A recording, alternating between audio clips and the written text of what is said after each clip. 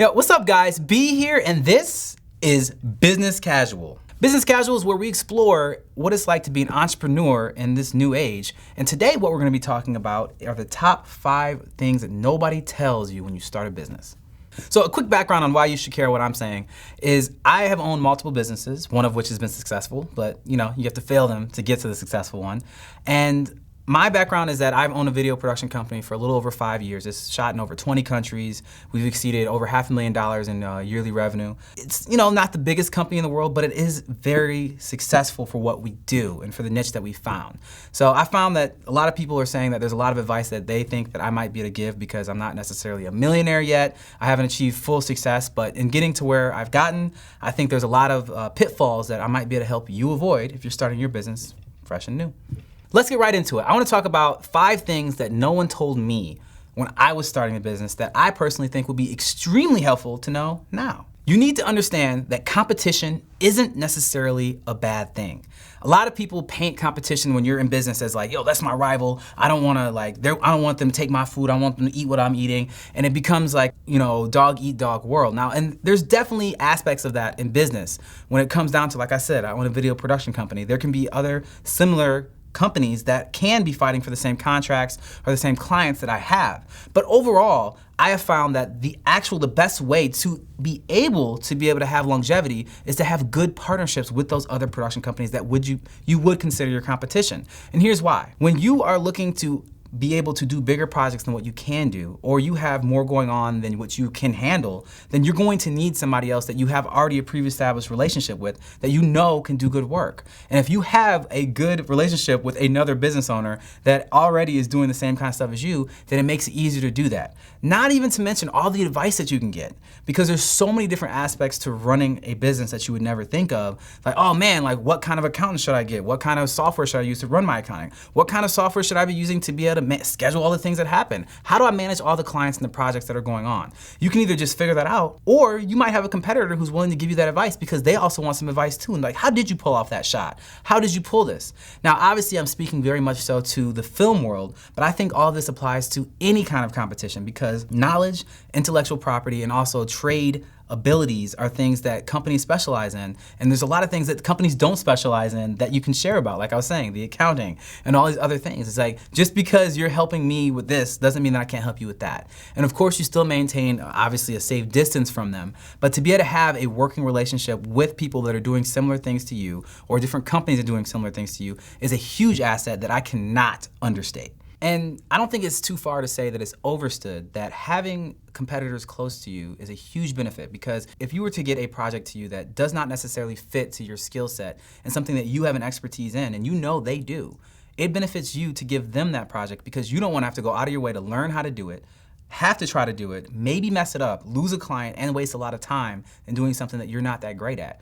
Whereas you could get a finder's fee for passing it on to this other production company or this other competitor of yours, pass on the job to them, you get a fee, you get paid for literally just introducing them, they do the project, the client is happy, they come back to you for other projects that might not necessarily have to be directly that, and that competition that you gave work to is more willing to do that for you when they have specialized work for you. So overall, it's a win no matter how you look at it. If you're aware of your competitor's abilities, you help them out when it doesn't hurt you, and you also understand your limitations. So for example, I'm not gonna take on another video project after my company may already be at the capacity for all the work that we can do to our standard. If you do not have a standard, which we have, and say, this is the standard of the work that we need to have, this is very important. And if I'm taking on too many projects to do that, then I need to make sure that I outsource this other project to a company that I already know. I already know they do good work. They may be my competition, but it's a big deal to be able to say, no, client, I really want to do this with you, but I'm too busy. Let me give you someone that I know is going to do excellent work and give you the quality of work and the attention you deserve for this project. Everybody wins. The client wins because they get a really high quality project, you get a finder's fee, and the other company gets a project, as well as you win again because now they're more willing to outsource to you when they're in a similar situation. And you haven't lost a client by doing subpar work. Being niche is better than being broad. A lot of people don't necessarily understand what it means to be niche. So for those who don't know, being niche means you have a very specified set of skills or expertise in a very specific area. For example, There are thousands of production companies in Los Angeles. What makes my company special is our niche. And our niche is that we make environmental-based documentaries that focus on climate change. We work with NGOs, nonprofits, and companies that really want to promote their environmentalism to be able to have that specific eye and also understanding, because we've done so much of it before that no one else can really bring to the table, because they're like, oh yeah, wind farm stuff, this is how you shoot it because we've done wind farm stuff before. Or we should be sensitive to this subject instead of saying it this way because we understand, being in the industry, that this works better for that. And it just brings more value to the client. And when the client is looking for something specific and saying, we want to show how environmental we are or how good we are for the planet, then you take the people who are really good at showing people who are like showing environmental stuff, and that's who we are. And that's what a niche is being able to say, this is what we are the best at, nobody can really touch us in this particular thing.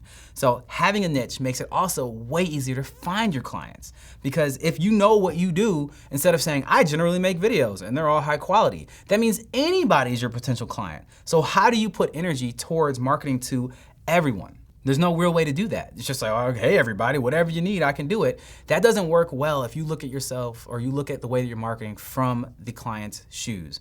If you're standing in their shoes and they're like, okay, well, we are a car company and we need some really good car commercials. Are you gonna go to the guy that says, I'm good at making everything? Or are you gonna go to the companies like, here's all the car commercials we made before, here's how great they are, what we do is car commercials, and they're the best.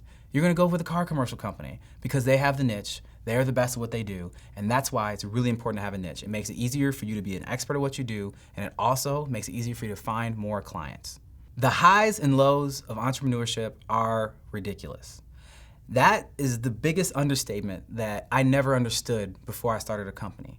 You'll see a lot of speeches of people that are entrepreneurs that'll tell you things like, oh man, if you really want to start a business, you gotta really love it. You gotta just love it because it's a really hard thing to do. And they'll talk about it, and honestly, those words for me, even being somebody who aspired to be an entrepreneur, fell on kind of deaf ears, because I'm just like, they don't know what hard really is. Even though I'm like 21, 22 years old, like these guys don't know what hard is. I can handle it, no big deal. But the thing is the highs and the lows, the peaks and the valleys are really what make entrepreneurship not for everyone.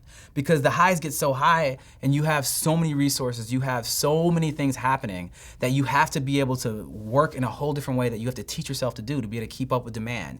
You have to be able to train people, you have to be able to manage projects, you have to be able to manage clients, you have to be able to make all these things happen that have been issues and problems that you've never even considered dealing with. And then after you come down from that high, and if you get to a low, it's the exact opposite. Well, whose fault is it that we're in a low? Why are we in a low? What do we do to get out of this low?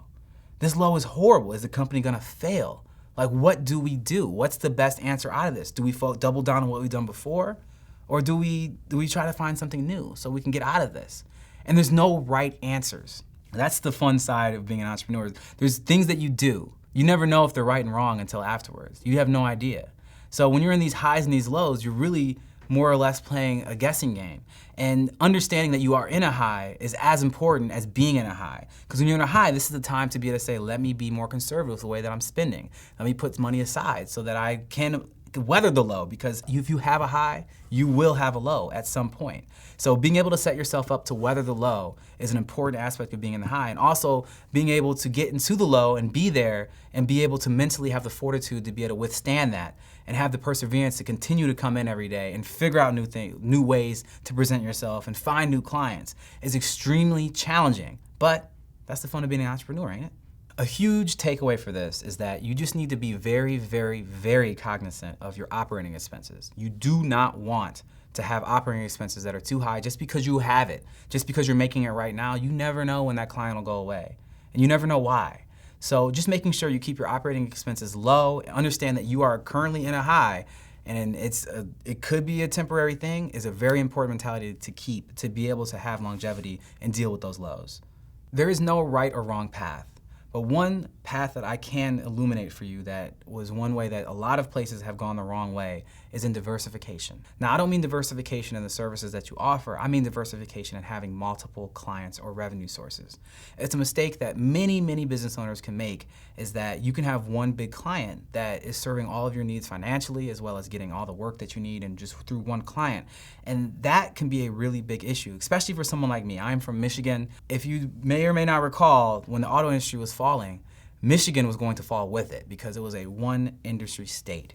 And that was an extremely scary time for me, for my family, and for everyone. And it was a shock because no one had ever thought that it was even possible that the automotive industry in the United States could fail. And now they're facing that mortality. And it was like, wow, how come we never diversified? We had all this time, we had all these resources. How come we didn't use all of these skills that we have to be able to diversify the kind of things that we offer the world? And that's the advice that I leave for you, that when you are being successful, when you do have a big client, make sure you still keep your ear to the ground and your eye to the sky, and that you're looking for more clients. Yeah, they might be in the same pocket, it's in the same niche, but you should have more than just one, because that client will become more like an employer than a client, because now they own you pretty much, and you don't have any options to walk away if you ever don't like the way you're being treated or how things are going.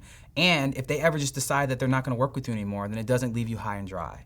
So just make sure that even if you are successful with your first client, things are going well, you're always looking for the second, third, or fourth, so that you can have your independence and your freedom, which is something that a lot of entrepreneurs are entrepreneurs for that. So value your freedom, keep it.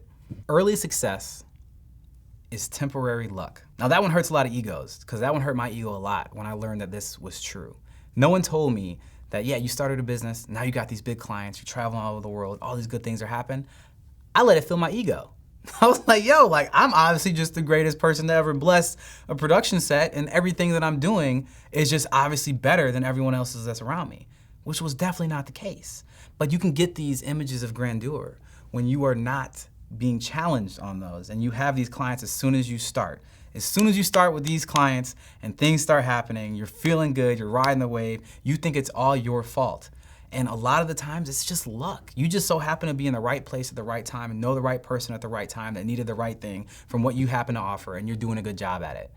That is not because you are the greatest entrepreneur to ever live. And keeping that humbleness will allow you to also keep your eye to the sky, as I like to say, in the sense, always looking for more opportunity, because that early success can allow you to get into a space where you're spending too much, you believe that you're untouchable, you don't take on the smaller things, and that you are not the person that should be doing all the things that got you to where you were. The real lesson here is stay humble, especially in the beginning and early success, because if you don't stay humble, your company will humble you.